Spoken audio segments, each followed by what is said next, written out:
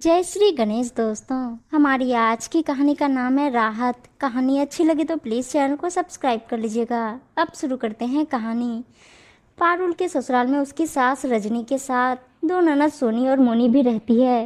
पारुल और उसका पति दीपक दोनों जॉब करते हैं और घर की ज़रूरतों को पूरा करने में लगे रहते हैं। लेकिन सोनी और मोनी को इस बात का कोई फर्क नहीं पड़ता कि उनके भैया और भाभी घर चलाने के लिए कितनी मेहनत कर रहे हैं और उनकी माँ उनकी शादी की फिक्र में गली जा रही है।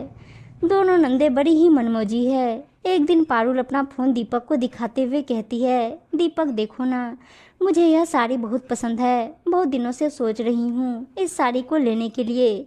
अभी बुक कर देती हूँ। नहीं पारुल, रहने दो। तुम्हारे पास है तो इतनी सारी साड़ियाँ, अब क्या साड़ियों की दुकान खोलोगी? तो क्या हुआ, मेरे पास एक भी ऐसी साड़ी नहीं है। देखो ना कितना अलग डिजाइन है साड़ी का, और यह कितनी सुंदर है। प्लीज़ दीपक, लेने दो ना।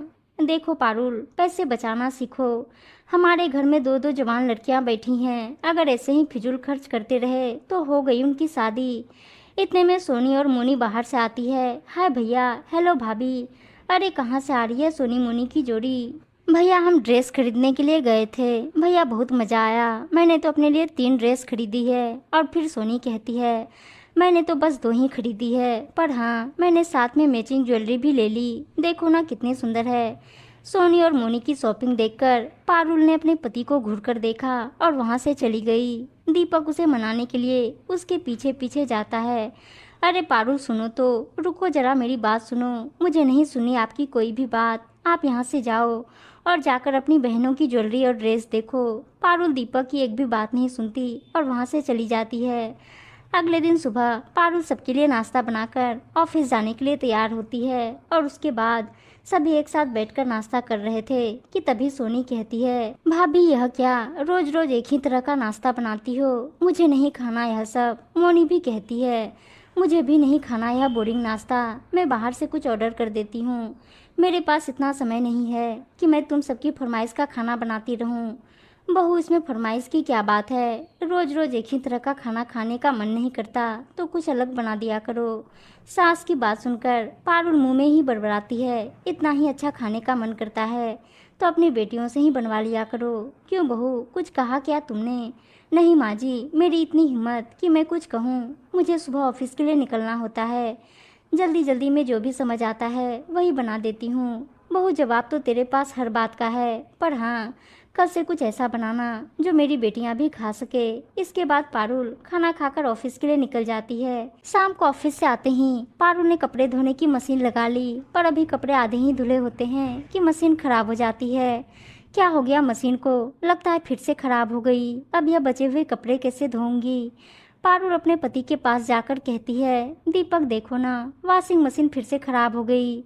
अभी सारे कपड़े धोए भी नहीं है मैंने, अब मैं क्या करूं? तो हाथ से धो लो ना।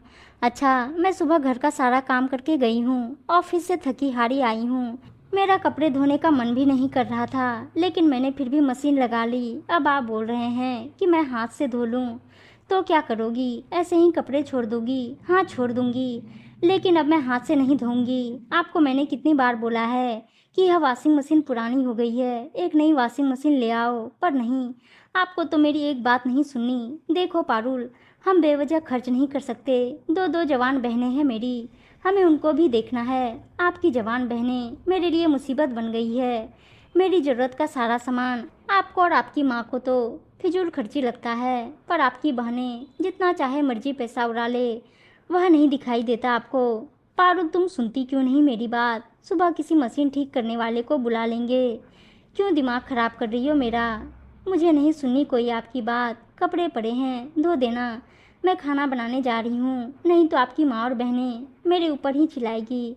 इसके बाद पारुल किचन में खाना बनाने के लिए चली जाती है। तभी वहाँ पर सोनी और मोनी आकर अपनी भाभी से कहती है, क्या बना रही हो भाभी? बैगन का भरता।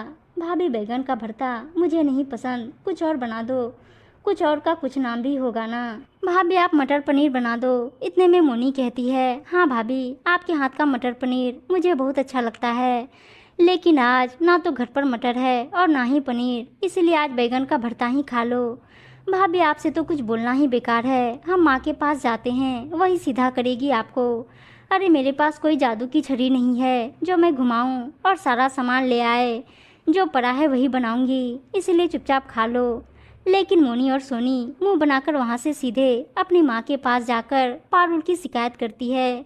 बेटियों की बात सुनकर रजनी सीधे पारुल के पास आती है और पारुल से कहती है, पारुल मैंने तुमसे पहले भी बोला है जो भी खाना बनाओ मेरी बेटियों की मर्जी से बनाओ। कुछ ही दिनों की मेहमान है, जब उनकी शादी हो जाएगी तब तो नहीं आएगी वह अपनी मर्जी का खाना खाने।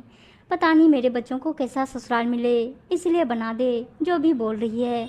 सास की बात सुनकर पारुल मन में ही बड़बड़ाती है, ससुराल भेजने के लिए पहले थोड़ी तमीज़ तो सिखा दो। अगर ससुराल में ऐसी हरकतें की तो 2 दिन भी टिक नहीं पाएगी वहाँ।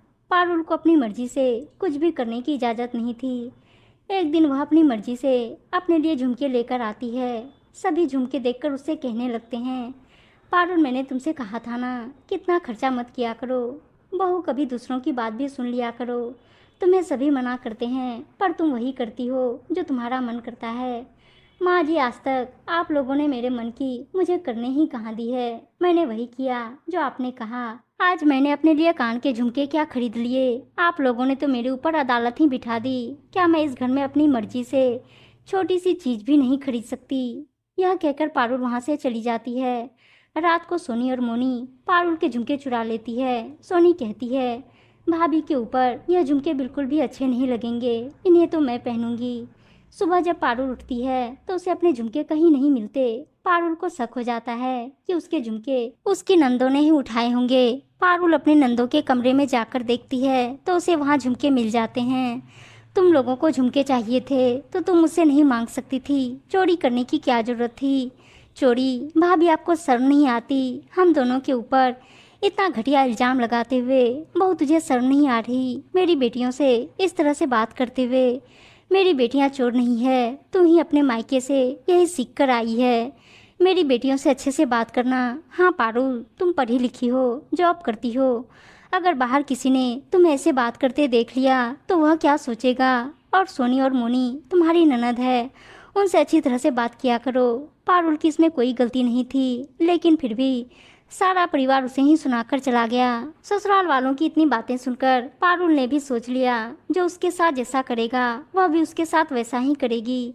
बाहर में गया ससुराल, बाहर में गए ससुराल वाले, इन लोगों की मर्जी के बिना मैं सांस भी नहीं ले सकती। अब मैं इन्हें ऐसा मजा चखाऊंगी। उस दिन के बाद पारुल ने घर पर पैसे देना बंद कर दिया और साथ में घर का काम करना भी बंद कर दिया।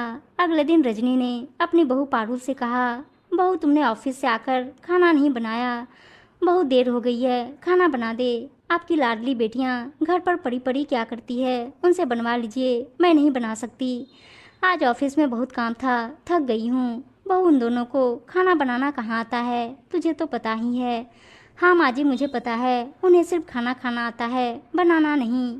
आप उनकी शादी करना चाहती हैं तो कब सिखाएंगी उन्हें खाना बनाना? अगर उनका ससुराल भी मेरे ससुराल जैसा हुआ तो लाइफ बर्बाद हो जाएगी उन दोनों की। इतना कहते ही पारुल अपने कमरे में चली जाती है। वहाँ दीपक उससे कहता है, अरे पारुल, तुमने इतनी सारी साड़ियाँ क्यों ले ली? तुमसे कहा है कि बचत करना सीखो, मुझे अपनी 2 बहनों की शादी करनी है। अरे आपकी बहनें हैं, आप ही सोचो उनके बारे में। आपकी बहनों के चक्कर में ना ही मैं अपनी खुशियों और ज़रूरतों का समझौता करूँगी, और वह भी ऐसी बहनें जो 1 नंबर की चोर और बदतमीज हो। रजनी का पूरा घर उसका बेटा और बहू चलाते थे। अब पारुल ने तो सास को पैसे देना बंद कर दिया। अकेले दीपक के पैसों से घर चलाने में बहुत दिक्कत आ रही थी। सुबह खाना खाते वक्त सोनी और मोनी कहती है, माँ मुझे यह नाश्ता नहीं करना, आप आलू के पराठे बनाओ ना। हाँ माँ, बना दो ना प्लीज। चुपचाप से जो मिला है वो खा लो, नहीं तो कल से यह भी बंद कर दूंगी। एक तो तुम्हारी भाभी ने पैसे देना बंद कर दिया है और दीपक के पैसों से घर चलाना मुश्किल हो रहा है। ऊपर से तुम दोनों की फरमाइश है कि खत्म होने का नाम ही नहीं ले रही। रजनी अपनी बहू और घर के खर्चों को लेकर बहुत परेशान रहने लगती है। उसे इस समस्या से निकलने का बस एक ही उपाय सूझा कि वह जल्द से जल्द अपनी दोनों बेटियों को इस घर से विदा कर दे। कुछ दिनों के बाद रजनी अपनी बेटियों से कहती है, सोनी मोनी तुम जाकर जल्दी से तैयार हो जाओ, तुम्हें देखने के लिए लड़के वाले आ रहे हैं। माँ आपने बिना हमसे पूछे लड़के वालों को क्यों बुलाया? तुम दोनों को मेरे हाथ से मार नहीं खानी, तो चुपचाप जाकर तैयार होकर आओ। रजनी मन में ही सोचती है कि अगर लड़के वालों ने हाँ कर दी तो 1 महीने के अंदर ही दोनों को विदा कर दूंगी, फिर मेरी सारी जिम्मेदारी ख़त्म। ऐसा ही होता है। रजनी कुछ दिनों के बाद अपनी दोनों बेटियों की शादी करा देती है, जिससे पारुल को बहुत राहत मिलती है और वह फिर से हंसी खुशी अपने घर वालों के साथ मिलकर रहने लगती है। उम्मीद है दोस्तों कहानी अच्छी लगी होगी, और अच्छी अच्छी कहानियाँ सुनने के लिए चैनल को सब्सक्राइब और वीडियो को लाइक शेयर ज़रूर कर दीजिएगा। धन्यवाद दोस्तों।